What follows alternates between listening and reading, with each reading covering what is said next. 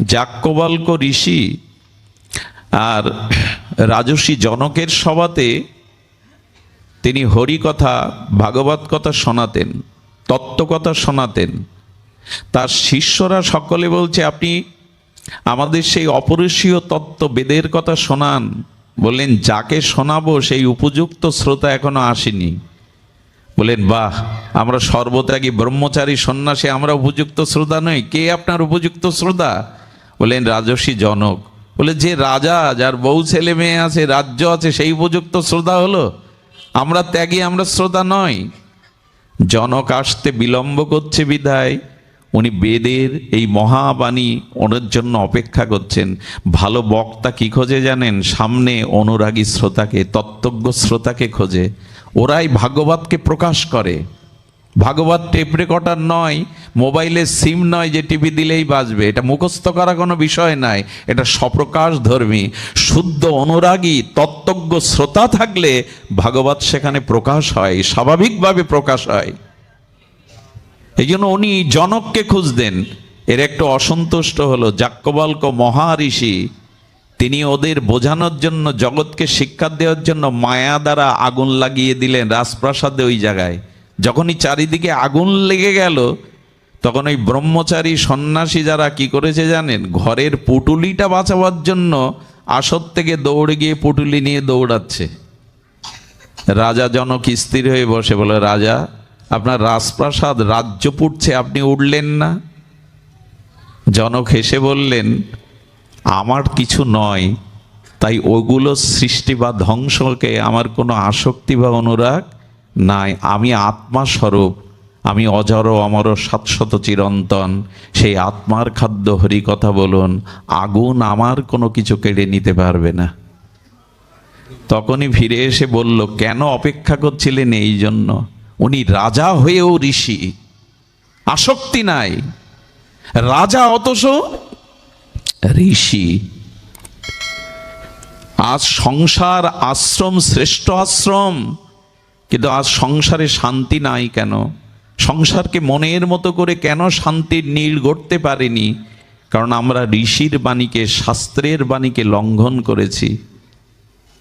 সংসারে ভোগ শান্তি দিতে পারে না। ত্যাগাৎ শান্তির অন্তরাম। আমি গতকালও বলেছিলাম, ভগবানের দৃষ্টি যেন আপনার প্রতি পড়ে। আপনার দৃষ্টি ভগবানের প্রতি, এটা বড় কথা নয়। আপনি ভগবানকে দেখছেন, এটা খুব বড় কথা নয়। ভগবান আপনাকে দেখছে তো।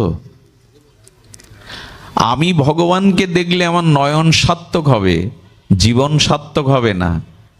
কারণ দুর্যোধন কৃষ্ণকে সম্মুখে বহুবার দেখেছে।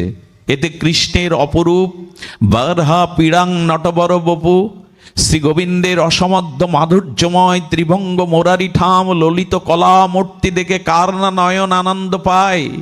ময়ূরপিচ্ছ গোবিন্দের সেই পীতম্বরধারী মুরলীধারী শ্যামসুন্দর মদন মোহনকে দেখে কার না নয়ন সার্থক হয়। কিন্তু আমি ভগবানকে দেখলে আমার নয়নের ফল সার্থক হয়, জীবন সার্থক হয় না। জীবন সার্থক সেই দিনই হয় যেদিন ভগবান আমার দিকে চাইবেন। আচ্ছা, আপনি ভগবানকে স্মরণ করেন, ভগবান আপনাকে স্মরণ করে তো? যেদিন করবে সেই দিন আপনার জীবন সার্থক হবে। এখানে অনেক জ্ঞানী শ্রোতা আছেন, অনেক শিক্ষিত মার্মিক তত্ত্বজ্ঞ শ্রোতা আছেন। আপনাদের মনে একটা প্রশ্নও জাগতে পারে, ভগবান তাহলে কি পক্ষপাতিত্ব করেন? কারো দিকে তাকান, কারো দিকে তাকান না, তা তো হতে পারে না। ভগবান তো নিরপেক্ষ তত্ত্ব। সূর্যের আলো তো কাউকে উপেক্ষা করে না, নিরপেক্ষ। সূর্যের আলো কাউকে অপেক্ষা করে? নিরপেক্ষ। ভগবান সবার দিকে তাকান। কিন্তু এই মেলার মধ্যে, এই ভক্ত শ্রোতাদের মধ্যে কোনো মায়ের শিশু যদি হারিয়ে যায়, ওই মায়ে হাজার মুখের মধ্যে কোনো মুখ তার মুখে ধরবে কি না? সন্তানের মুখটাই তার নয়ন মন চাইবে দেখতে। সবাই আছে, তার প্রিয়জনও আছে। ঠিক তেমনি ভগবান যেদিন অনুরাগে আপনার দিকে চাইবে, সেই দিন আপনার জীবন ধন্য হবে। এখন প্রশ্ন হলো, ভগবান আমার দিকে কবে চাইবে? আমার কথা কবে ভাববে? ভাববেন, কারণ আমি তার অংশ, আমি তার আর কারো নই। মীরা এই জন্য বলে গেল, মেরে তো গিরিধারী দাল দোসরা কয়ু দোসরা মীরা বলছেন মেরে তো গিরিধালি লালা দোসরা কও নাহি, এ পৃথিবীতে কেউ নেই এক গিরিধারী ছাড়া। মীরা একথা কখন বলতে পারে? আরে ভগবান আপনার কথা ভাববে, ভগবান আপনার দিকে দৃষ্টি দেবে, দেবে কারণ তিনি চেয়ে আছেন।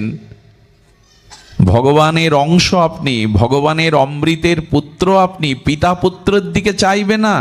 কিন্তু অনেক পিতা আছে পুত্রকে ত্যায্যপুত্র করে দেয়, সম্পত্তি থেকে বঞ্চিত করে, সেই পুত্র উত্তরাধিকার সূত্রে পিতার অনুগত নয়। এই জন্য ভগবান বলছেন আমি তোমার দিকেই তো চেয়ে আছি। বিশ্বকবির সেই উক্তি, তাই তোমার আনন্দ আমার পর, তাই তুমি এসেছো নিচে। আমরা বৈকুণ্ঠে যাইনি, আমরা গোলক বৃন্দাবনে যাইনি, ভগবানই আমাদের কাছে নেমে এসেছেন। কারণ ভগবান অনন্ত সমুদ্র হতে পারে, কিন্তু ভক্ত তার তরঙ্গ। সমুদ্র যদি উচ্ছ্বসিত তরঙ্গমালা না থাকে, নিস্তরঙ্গ সমুদ্র দেখতে কেউ যায় না কক্সবাজারে পুরীতে। সমুদ্রের তরঙ্গই হলো তার শোভা। তেমনি ভগবান যদি সমুদ্র হয় আনন্দের, আমি তার তরঙ্গ। আমার প্রয়োজন ভগবানকে না যতখানি, আমাকে প্রয়োজন ভগবানের তার থেকে বেশি। কতটুকু দ্রুত বলে গেলাম। আমি ভগবানকে যতটা চাই, তার থেকে কোটিগুণ ভগবান আমাকে চায়, না হলে উনি নেমে আসবেন কেন আমাদের কাছে? মহাপ্রভু জীবের দ্বারে দ্বারে, নিতাই চাঁদ জীবের দ্বারে দ্বারে জীবের লাগিয়া কাঁদছেন। আনন্দের ঠাকুর সনাতন বিগ্রহ সচ্চিদানন্দ আনন্দময় ভগবান, গৃহে যার বিষ্ণুপ্রিয়া সচিমার মতো মাতা, তার তো জগতের কোনো দুঃখ নেই।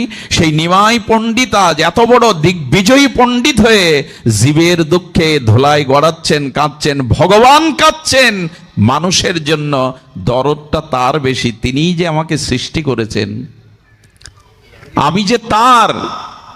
আমরা কতখানি ভগবানকে খুঁজি, ভগবান কোটিগুণ আপনাকেই খুঁজছে। আমি ভগবানকে কতটা চাই, ভগবান আমাকে তার কোটিগুণ বেশি চাই। এ কথা উপলব্ধি করলে ভগবান ছাড়া থাকতে পারবেন না।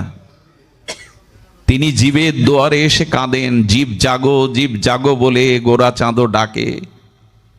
তার দেখুন, মেলায় যদি শিশু হারিয়ে যায়, কার বেশি অনুসন্ধান, কার বেশি বেদনা, কার বেশি দুঃখ বুকে জাগে? সন্তানের না মায়ের? কারণ সন্তান ক্ষুধায় কেউ খাদ্য দিলে আবার হাসে, ঘুমিয়ে পড়ে, কিন্তু মার চোখে ঘুম নেই।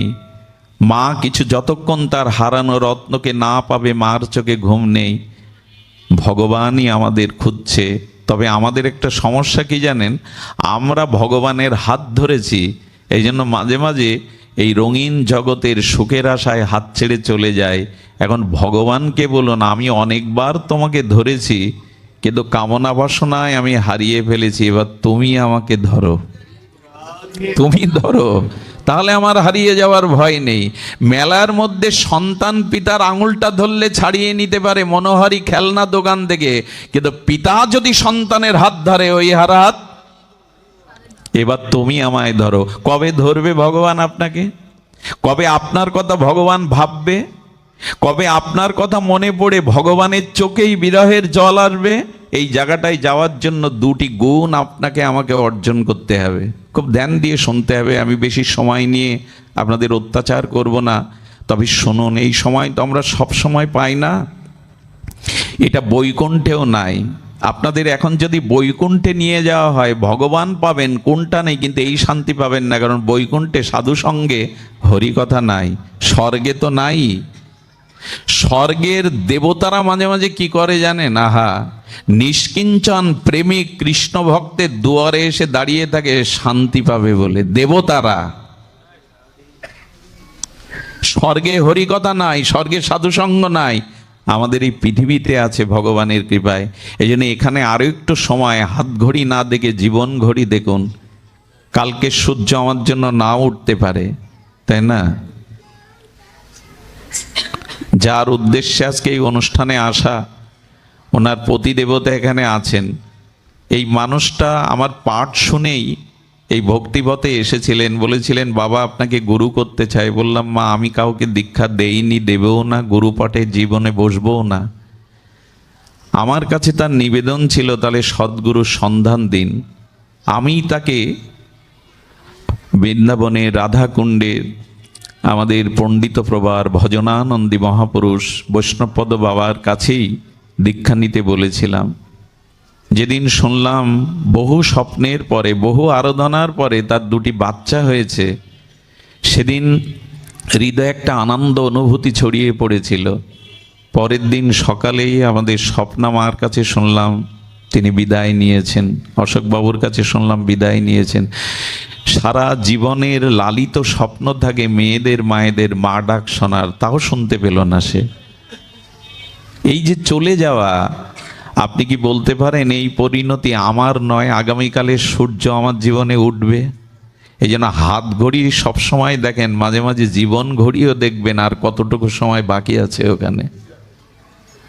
মৃত্যু কোথা থেকে আসে না, মৃত্যু আমাদের সাথেই থাকে। অমুকের মৃত্যু নেমে এলো না, নেমে এলো না, মৃত্যু আমাদের জন্মের সাথে সাথেই থাকে। মৃত্যু আমার সাথেই থাকে, অন্য কোথা থেকে আসে না। এই জন্য অন্তত মানুষের উচিত এহেন স্বর্গীয় আনন্দ থেকে আনন্দতর, আনন্দতম, যেটা বৈকুণ্ঠেও নাই, এই সাধুর সঙ্গে কিছুক্ষণ বসুন।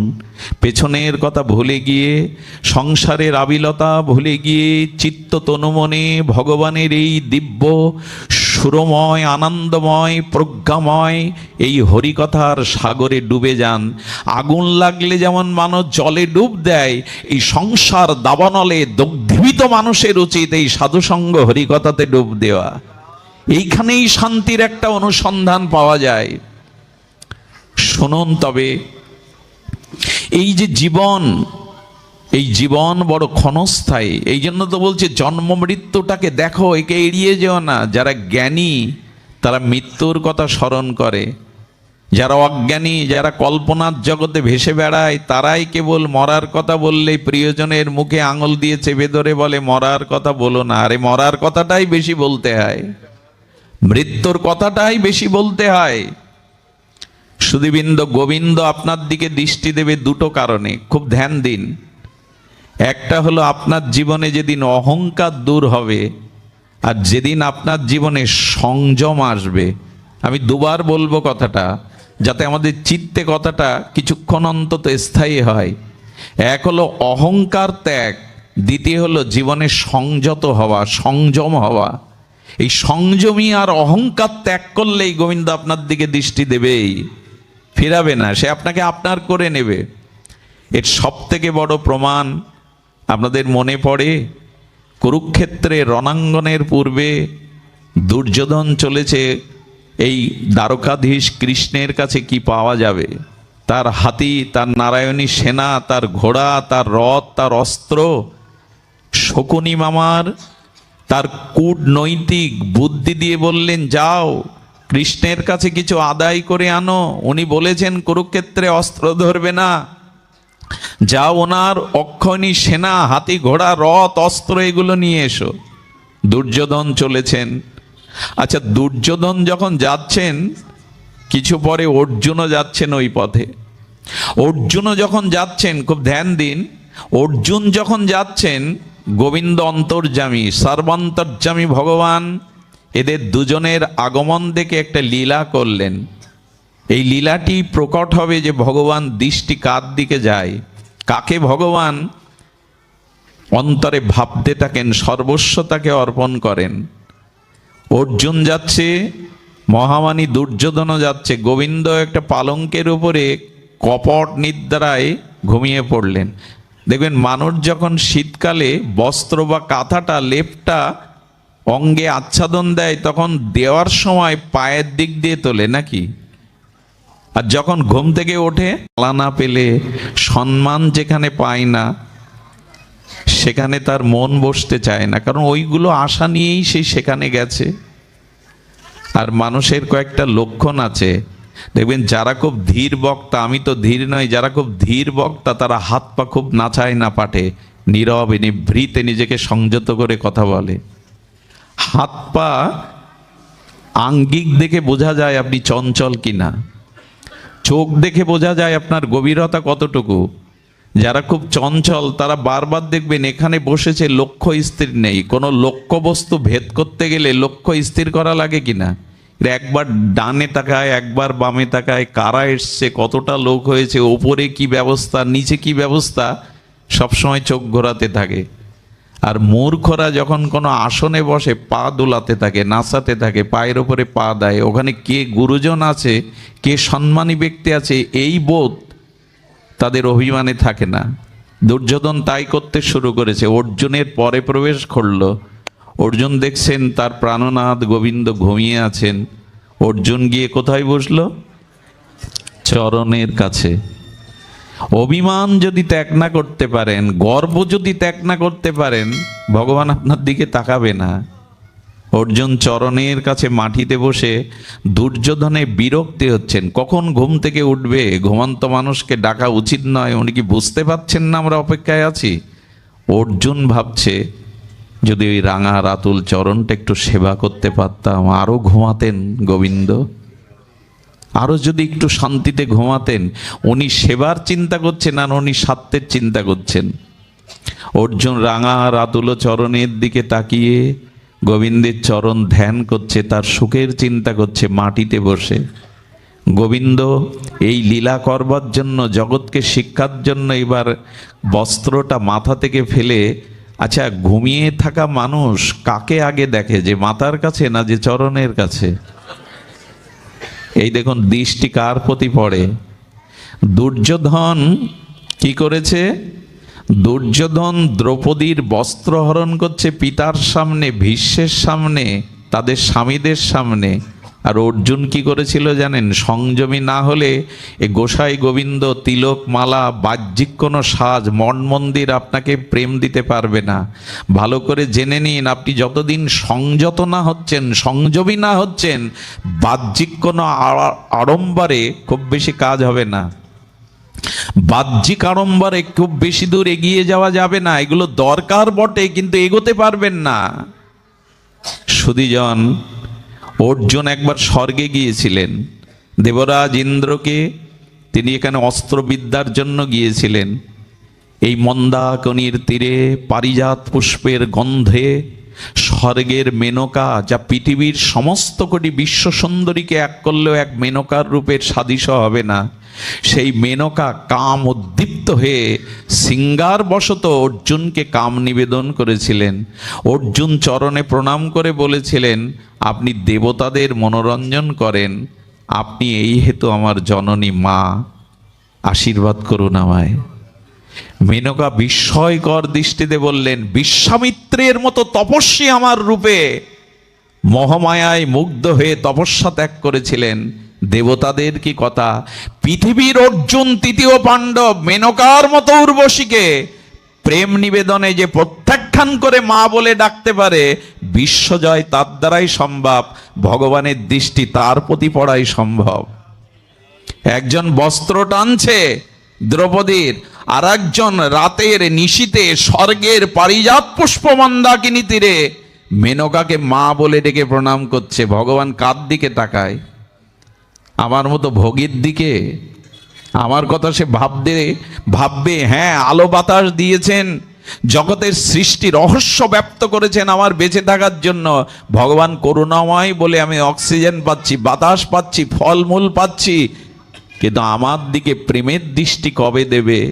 দেবে সেই দিন যেদিন আমি সংযত হতে পারবো, সংযমী হতে পারবো। আজ মানুষ অন্তর্মুখী না, আন কথা, পরনিন্দা, নিজের প্রশংসা শোনার জন্য ব্যস্ত। ঘরের এক কোণে বসে সবাই যখন টিভি দেখছে, খেলছে, খাদ্য বিনোদন করছে, কে মালা নিয়ে, কে গীতা নিয়ে বসে অন্তচিন্তায় রত হয়। এদের সংখ্যা খুব কম। বহির্মুখ থেকে যেদিন আপনি অন্তর্মুখী হতে পারবেন, এই দিন আপনার দুয়ার খুলে যাবে, প্রেমের দুয়ার, ভগবানের দুয়ার খুলে যাবে। আজ অন্তর্মুখী কই আমরা? হই হুল্লোড়ে জীবন নয়, অন্তর্মুখিতাই জীবন। দেখবেন কচ্ছপের দৃষ্টান্ত দিয়েছেন গোবিন্দ। এই কাছিম কচ্ছপ, কচ্ছপ তার ইন্দ্রগুলো বের করতে পারে, আবার প্রয়োজনে গোবিন্দ দৃষ্টান্ত দিয়েছেন সংযমী ব্যক্তি কারা, কচ্ছপের দৃষ্টান্ত দিয়েছেন। ওরা প্রয়োজনে ইন্দ্রগুলো বাহিরে বের করে, কচ্ছপ আবার প্রয়োজনে। পৃথিবীর অন্য কোনো প্রাণীর এই ক্ষমতাটা নাই। সমস্ত ইন্দ্রগুলো ভেতরে শক্তিতে অন্তর্মুখী না হলে পারবেন না। নিজেকে জাহির করা, নিজেকে বিজ্ঞাপন করা, এই জগতের কিছু পাবেন না আপনি। আজ লোকখ্যাতি, লোকপ্রচারের বিজ্ঞাপনে মেতেছি আমরা। কোন গুরুদেবের কত শিষ্য হলে, বিমানে এলে, মাথায় ছাতি ধরলে শ্রেষ্ঠ গুরুদেব, এরকম না। বিজ্ঞাপনে আর যাই হোক, বিজ্ঞাপনে ভগবত প্রেম পাওয়া যায় না। এই জন্য ঋষি মুনিরা আজও নিজেকে অন্তরালে ভগবানের ধ্যানে নিমগ্ন। এই অন্তর্মনা যতদিন না হতে পারবেন, ততদিন ভেতরের স্বাভাবিক সক্রিয় সত্তার শক্তি প্রকাশ হবে না। কথাগুলি একটু দার্শনিক কথা, কিন্তু বিচার করতে হবে। অন্তর্মুখী হয়েছেন বিদায় এখানে আপনি শান্তি পাচ্ছেন। কোলাহলের মধ্যে, এটা গোপালগঞ্জ শহর, একটু এই স্থান থেকে, এই বাতাবরণ থেকে শহরের মধ্যে যান, এই শান্তি, এই স্নিগ্ধতা, এই মানসিক আপনার স্থিতিশীলতা আপনি বাজারে পাবেন না। অথচ বাজারের মধ্যে আছেন আপনি। এটা সাধুর বাজার, আর ওটা হলো রঙের বাজার, বিলাসিতার বাজার। পাবেন না এটি। এই জন্য নিজেকে একটু অন্তর্মুখী করুন। সংযত না হলে সে কিছু পাবে না, পায়ও না কোনোদিন। সুধীবৃন্দ, এই জন্য মানুষের প্রথমেই ভগবান বলেছেন যে ইন্দ্রিয়গুলিকে ওই কচ্ছপের দৃষ্টান্ত, প্রয়োজনে অন্তর্মুখী করে নাও। প্রয়োজনে ব্যবহার করো, অপ্রয়োজনে এটি ব্যবহার করো না। যার ইন্দ্রিয় যত সংযত, যার চক্ষু, যার জিহ্বা, যার বাসনা যত সংযত, তিনি তত ভগবানের কৃপাপাত্র। তার দিকেই ভগবানের দৃষ্টি যায়। অর্জুনকে উঠেই গোবিন্দ বললেন, অর্জুন কুশল তো? কখন এসেছো? অর্জুনের সাথে কুশল বিনিময় করছে, এদিকে দুর্যোধন বলছে আগে এসেছি তো আমি। দুর্যোধন বলছেন আগে এসেছি আমি। কৃষ্ণ উত্তর দিলেন, এসেছেন আগে, কিন্তু আমার দৃষ্টি গেছে আগে অর্জুনের দিকে। আপনি এসেছেন আগে, কিন্তু আমার দৃষ্টি গেছে অর্জুনের দিকে। এই দিন অর্জুনকে বোকা ভেবেছিল দুর্যোধন। অর্জুন শুধু হাত জোর করে চেয়েছিল, এই দেখুন তার কাছে কি চাইতে হয়। হে কৃষ্ণ, হে জনার্দন, হে জীবন ঈশ্বর, আপনার হাতি ঘোড়া সৈন্য সামন্ত আমি চাই না। আপনি আমার রথ বা জীবন রথের সারথি হন। আপনি আমার কাছে থাকুন, আপনি আমার কাছে থাকুন। আমরা কি চাই ভগবানের কাছে? যশ দাও, সুন্দরী রমণী দাও, পদ প্রতিষ্ঠা দাও। এই জন্য আমাদের বাংলার কবি গেয়েছেন, ওরা চাহিতে জানে না দয়াময়, ওরা চাহে ধন জন আয়ু আরোগ্য বিজয়। নিজের সসুখ বাসনা চেয়ে বসি ভগবানের কাছে। কখনো জানতে চেয়েছি, প্রভু তুমি কিসে আনন্দ পাবে, তুমি কিসে সুখ পাবে? বলো আমি কি করলে, কেমন মনের মতো হলে তুমি শান্তি পাবে, তুমি সুখ পাবে? বলো। আমাকে তো ভরিয়ে দিয়েছো, পিতার মমতা দিয়েছ, মায়ের বুককে সমুদর দুগ্ধ দিয়ে মায়ের বুকে স্নেহ দিয়েছ, প্রেয়সীর প্রণয় দিয়েছ, পুত্র কন্যার মধ্যে বিনয় দিয়েছ, নক্ষত্র খচিত আকাশ দিয়েছ, নক্ষত্রর জ্বালাময় আলোময় আলোকবর্তিকা দিয়েছ, চন্দ্রের স্নিগ্ধ সুধাকরের কিরণ দিয়েছ, দিয়েছ সূর্যের আলো, দিয়েছ অগাধ সমুদ্রের জলধি নিমগ্ন শান্তভাব, দিয়েছ পাখির কণ্ঠে কলকাকলি, দিয়েছ ফুলের মধ্যে সুগন্ধ সৌরভ। এ জগৎ আমার জন্যই তুমি রচনা করেছ। এখন তুমি বলো তোমার কি প্রয়োজন, তুমি কিসে সুখী হবে? মন্দিরে গিয়েই চেয়ে বসি ছেলের চাকরি, মেয়ের ভালো জামাই, নিজের রোগ সুবিধা। আরে তার সুখের ব্যবস্থা তুমি কখনো চেয়েছ? তার কিসে আনন্দ হয়? নিজের সুখের স্বার্থের জন্য যারা ভগবানের কাছে যায়, তাদের প্রেম হয় না। স্বার্থ পূরণ হয় বটে, বাসনা পূরণ হয় বটে, কিন্তু প্রেম হয় না। প্রেম সেখানেই হয় যেখানে চাওয়া পাওয়া নেই, যেখানে শুধু নিবেদন আছে, নিজেকে উৎসর্গ করা আছে, সেখানেই প্রেম হয়। মায়ের ঋণ, পিতার ঋণ কেন শোধ করতে পারে না জানেন? পিতামাতা সন্তানের কাছে অন্য কিছু আশা করে না, স্বার্থ দেখে না তারা। বুকের লালিত স্নেহময়ীর স্তন্য অমৃত দান করে এই ভেবে না ছেলে বড় হবে আমাকে সুখে রাখবে, এই ভেবে স্তন দান করে না। বেঁচে থাক, সুখে থাক, সুস্থ থাক, নিজের চাওয়া নেই। এই জন্য মায়ের ঋণ, বাবার ঋণ শোধ করার ক্ষমতা ভগবানেরও নাই। এই জগতে যখন তিনি নরলীলায় আসেন, তিনিও মায়ের ঋণ শোধ করার দুঃসাহস দেখাননি। এই নিঃস্বার্থতাকেই বলে প্রেম, এটাকেই বলে ভক্তি। চাওয়া পাওয়া যেখানে, ওখানে কাঁটার মতো বিঁধে যায়।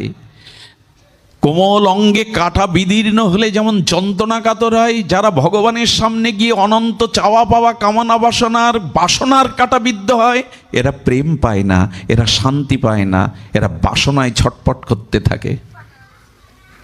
এই জন্য তার সুখের জন্য চাওয়া। অর্জুন বলছেন, তোমার হাতি ঘোড়া সৈন্য চায় না হে যাদব, হে কেশব, তুমি আমার জীবন রথের সারথি হও।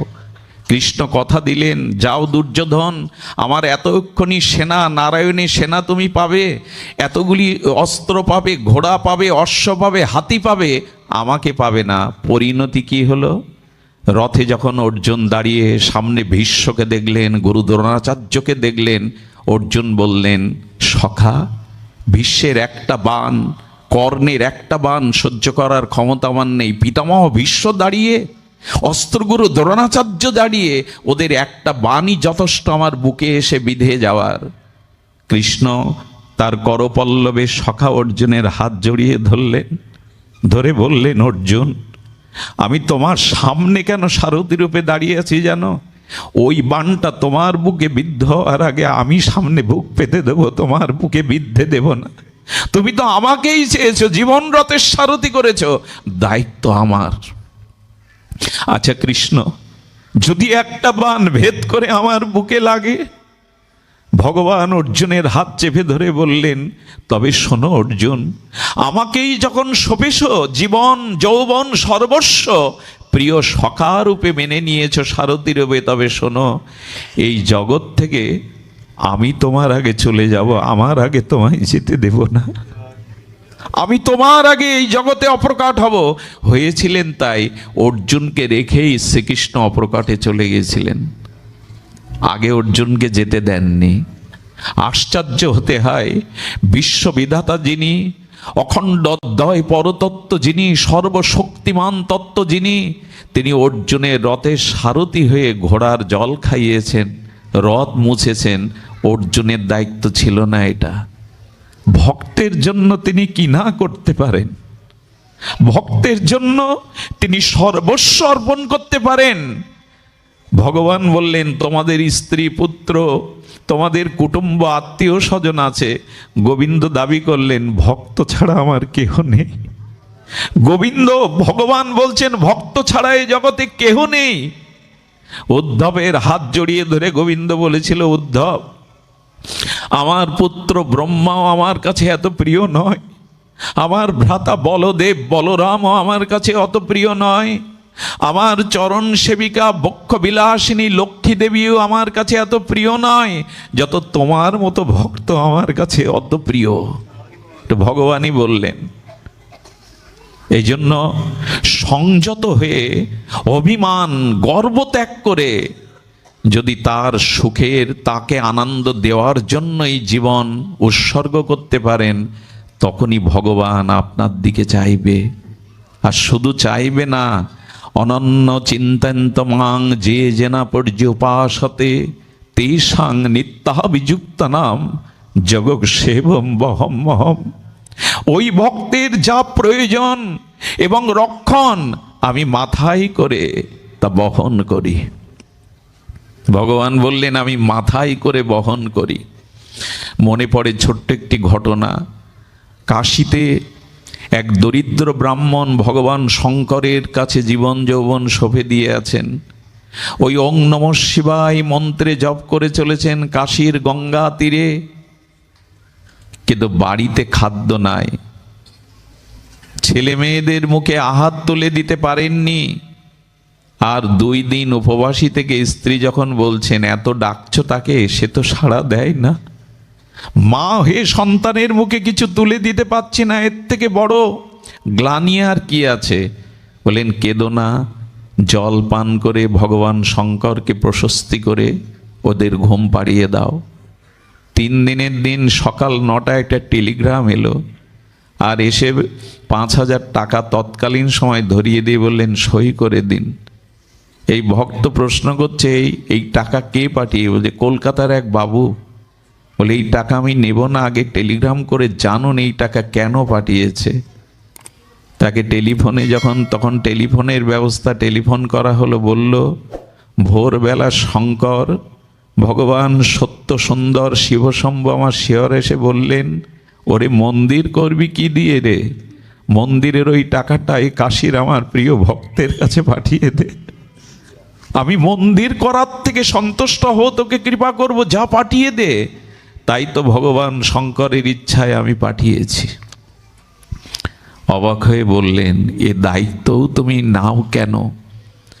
অর্জুন মিশ্র লীলাচল আমাদের পুরী ধামে গীতা পড়তে পড়তে দেখছেন এই শ্লোকটি, যোগক সেবম বাহাম্মাহম। বললেন তুমি ভগবান, তুমি ভক্তের প্রয়োজনীয় বস্তু, তাকে দান করো, আবার প্রয়োজনীয় বস্তুর সুরক্ষা দাও, তুমি বয়ে দাও ভগবান, এ হতে পারে না, এ সম্ভব না। তখন তো প্রেস ছিল না, হস্তলিখিত এই গীতার শব্দটা কেটে দিয়েছিলেন অর্জুন মিশ্র নামক এই গীতাকার। তিনি দিয়েছিলেন তুমি দিতে পারো, কিন্তু মাথায় করে বয়ে দাও, এ আমি মানতে পারছি না। কই আমার বাড়িতেও তো 3 দিন ভোগ লাগেনি, আমার পুত্র কন্যা না খেয়ে আছে, আর আমি তো তোমাকে জীবন যৌবন সর্বস্ব অর্পণ করেছি। এ বাণী তুমি দিতে পারো, মাথায় করে বয়ে দাও। কেটে দিলেন, বহম্মহম শব্দ কলম দিয়ে কেটে দিলেন। ভিক্ষায় বেরিয়েছেন, কারণ ভিক্ষাবৃত্তি হলো শুদ্ধ, প্রকৃত শুদ্ধ অন্ন হলো ভিক্ষা থেকে আসে। সুধীবৃন্দ লক্ষ্য করবেন, ভিক্ষা থেকেই আসে। এই ভিক্ষার অন্নের মধ্যে অভিমান থাকে না। এই জন্য যাগ যজ্ঞ বৈষ্ণব সেবা দিতে গেলে 2-3 বাড়ি ভিক্ষা করার বিধি সনাতন পদ্ধতি আছে, ওতে অভিমান থাকে না আমি করছি। ভিক্ষার অন্নটা দেখুন, ভিক্ষাবৃত্তিটা পৃথিবীর সব থেকে বড় অপরাধ বলা হয়েছে। সামর্থ্য থাকতে, শক্তি থাকতে যারা ভিক্ষা করে জীবিকা নির্বাহ করে এদের ঘৃণা করা হয়েছে। অথচ একজন সন্ন্যাসীর ধর্মই হলো মাদুকরি ভিক্ষা করে বেঁচে থাকা। তিনি একই জিনিস, একজনের জন্য ধর্ম আর একজনের জন্য সন্ন্যাসী যারা মহাপ্রভু তাদের বললেন যাচিয়া মাগিয়া করো উদর পূরণ। ভিক্ষালব্ধ মাদুকরি মেগেই এখনো বৃন্দাবনের সাধুদের অনেকের চলে। একদিকে ভিক্ষা কলঙ্কৃত, আরেকদিকে ভিক্ষা ভগবানের প্রীতিবর্ধন করে। অর্থাৎ উদ্দেশ্যই হলো এখানে মূল। উনি কেটে দিয়ে যখন ঝড় বৃষ্টি উঠেছে, এক বৃক্ষের তলায় বসে পড়লে গীতার বাণী কাটলাম। গীতা তো ভগবানের হৃদয়। গীতামে হৃদয়াং পার্থ গীতামে সারমোত্তনাম গীতামে অত্রজ্ঞ গীতামে পরমাং স্থানাং। এই বাণীগুলো মনে করছে। বিবেক এখনো কার মরে যায়নি জানেন? অন্যকে ব্যথা দিয়ে যে নিজে কষ্ট পেতে থাকে, অনুতাপ পোহাতে থাকে, এর বিবেক আছে এখনো। অন্যকে কষ্ট দিয়ে যার বিবেক অনুশোচনায় যন্ত্রণা কাতর হয়, কেন এটি বললাম, কেন করলাম, জানবেন তার বিবেক এখনো বেঁচে আছে, বিবেক শেষ হয়নি। উনি গীতার বাণী কেটে দেওয়ায় যন্ত্রণা পেতে লাগলেন। সেই ঝড় বৃষ্টির দিনে কৃষ্ণ এবং বলরাম দুটি বালকের রূপ ধরে দেবফলের ঝুড়ি মাথায় নিয়ে ব্রাহ্মণীকে ডাকছে, মা মা দুয়ার খোলো। অর্জুন মিশ্রের ঘরণী সতীসাধ্যী রমণী দুয়ার খুলে দেখে দুটো বালক দাঁড়িয়ে, শ্যামল এবং গৌর বরণ। কে তোমরা? এই বৃষ্টিতে মাথায় করে কি এনেছো? কি পরিচয় দিল জানেন ভগবান? পরিচয় দিল, মা আমরা কুলিগিরি করি। গোবিন্দ পরিচয় দিচ্ছেন, কুলিগিরি করি। যে আমাদের মাথায় দায়িত্বের বোঝা দেয় আমরা বয়ে দিই তার বাড়িতে। বলো তোমাদের মাথায় এতটুকু বালক, কে এই বোঝা চাপিয়ে দিল? হলো ব্রাহ্মণ। উনি এই বস্তু রাজবাড়ি থেকে পেয়েছেন, একা আনতে পারেননি, তাই ডেকে আমাদের মাথায় তুলে দিয়েছেন। এই দেখুন প্রমাণ। ছোট বালকদ্বয়কে দেখে মায়ের স্নেহবৎসল করুণা জেগে উঠলে আঁচল দিয়ে যখন বৃষ্টির জল মুছাতে যাচ্ছে, দেখছে বুকে, গোবিন্দ তো সচ্চিদানন্দময়, কিন্তু বুক দিয়ে রুদির ধারা বইছে। কে তোমাকে আঘাত করলো?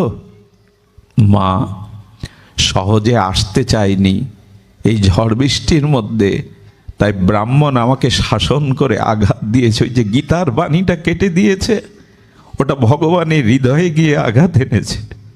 বলে ব্রাহ্মণ তো এত নিষ্ঠুর না, আমি তো জানি তাকে, এত কঠোর হৃদয় তো তার কখনো আমি দেখিনি। কষ্ট পেও না।